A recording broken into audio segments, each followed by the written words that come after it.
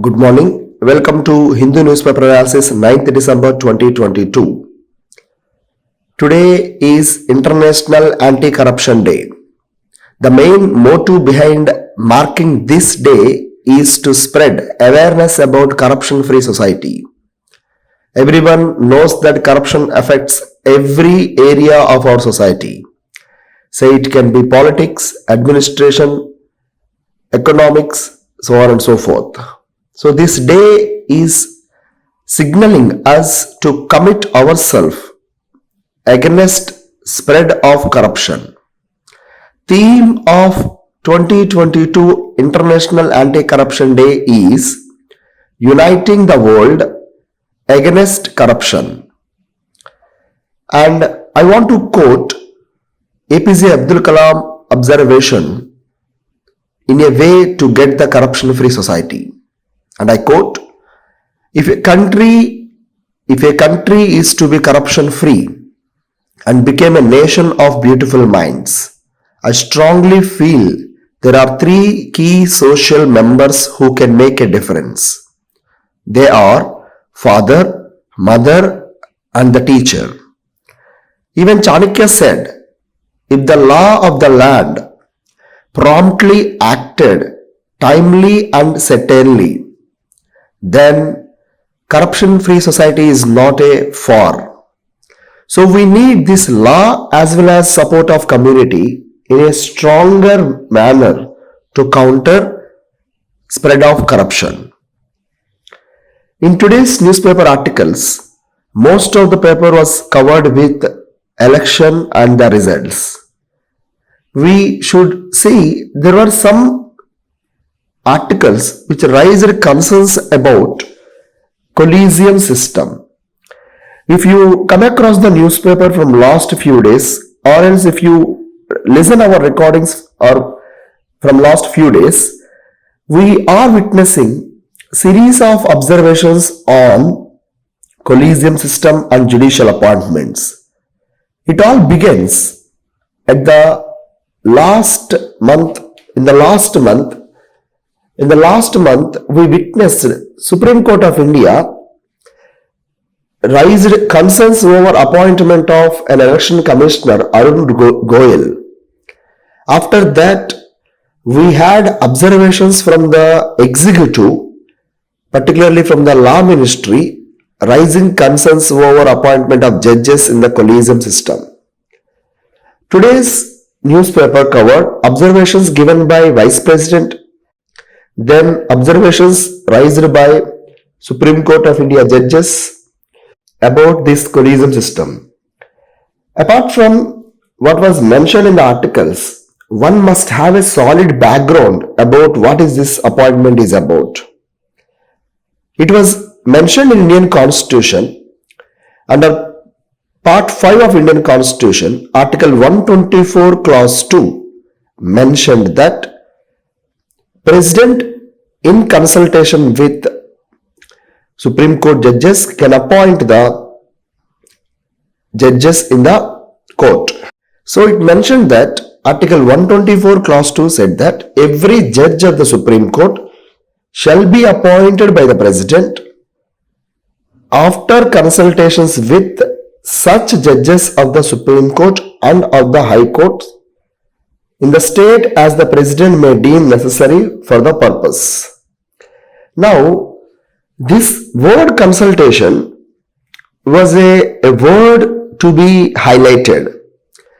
During the Constitutional Assembly, there was a debate about this word consultation, and the group of members of Constitutional Assembly even tried to bring concurrence into the consultations.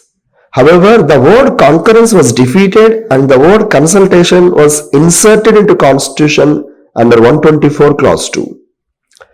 Further, appointments was done as per the Article 124 Clause 2 for certain period after constitutional enforcement. In 1981, there was a case regarding the word consultation. In SP Gupta vs. Union of India in 1981, for the first time ever, the questions were raised over the word consultation.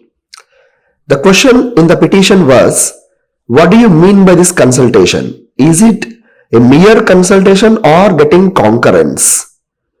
Supreme Court in 1981 observed that it is not concurrence and primacy will be with the executive in appointments. Further, almost around 10 years, the primacy in the appointment or the highest stakes in the appointment of judges was given to the executive. However, as per Article 137, we have a provision to counter or to apply petition about Supreme Court judgments. By using that 137, Supreme Court Advocates on Record Association in 1993 applied a review petition, and this created a new method of appointment which we call it as quote-unquote collegium, which includes CJI plus 2 senior most judges. So today's burning issue collegium, the present burning issue of collegium originated from the 1993 Supreme Court Advocates on Record Association, which is the second judge's case. The SP Gupta case, which earlier mentioned primary has the executive has the primacy, is first judge's case, which is in 1981. Now, after 5 years, K.R. Narayan, the first Dalit President of India, under his advisory jurisdiction, asked the question, is it concurrence of one CJI or two senior most judges? And this advisory jurisdiction question under Article 143 changed the structure of collegium into the present model, that is CJI plus 4 senior most judges. And this is infamously called as third judge's case. So from 1981, that is first judge's case, to 1998, third judge's case, what was gained by the Supreme Court and the Constitution of India was a new model of appointment called as collegium system. And this collegium system is facing several criticisms, that is misused enormously. Sometimes some incapacity judges and some judges who doesn't have any famous reputation, they are appointed judges. Then we have criticism that only India, in which you will find judges are appointing themselves. For example, if USA, there are two kinds of courts like federal court and state courts. Federal court judges appointed by president along with the advice and consent of Senate, and state courts will have an election process in a separate manner. In UK, you will have a judges appointment commission in which only 3 members are judges, remaining people are from the open competition, and there will be a judicial appointment conduct and ombudsman which will take complaints about the judiciary members. In Germany also there is a separate system, but only India, in which you will find judges are appointing themselves. And people like Pratap Bhanu Mehta will call this is undemocratic, and Justice Chalmeswar, in a separate dissent note in famous NJAC case, he said that it lacks transparency, accountability and objectivity. Secrecy, which is not allowed in democracy, also present in collegium system. Now, what is NJAC is about? To correct this so-called non-transparent and or opaque system of collegium, government through 19th Amendment brought this National Judicial Appointment Commission, NJAC. Unfortunately, this was struck down by Supreme Court in the name of violation of independency of judiciary, and this independent judiciary is a hallmark of a basic feature, a basic structure of Indian Constitution. So, as independency is affected, as the autonomy status of judiciary is affected, as the efficient functioning may be affected by the NJAC, which includes non-judicial members in the appointment, Supreme Court is not interested to entertain NJAC. Since then, there was a lot of tussle going on. Recently, even just Supreme Court judge also observed that as Supreme Court struck down NJAC, government is not working in a synchronized manner in the appointment of collision members. So this is the solid background about the judiciary issues or appointments. When time comes, we will discuss more about this issue. Next article talks about harboring tenders amid rough waters, and biologists seek biodiversity of boats in diversion of boats in Godavari estuary.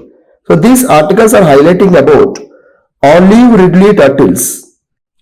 So this article, the next article talks about olive Ridley turtles and their presence in India. It is well-known fact that olive Ridley turtles are the smallest and most abundant of all sea turtles found in the world. These are carnivorous and they got protection under Wildlife Protection Act 1972 Schedule 1. Under IUCN it comes under vulnerable, and CITES it is Appendix 1. Generally they found in warm waters of Pacific, Atlantic and Indian Ocean.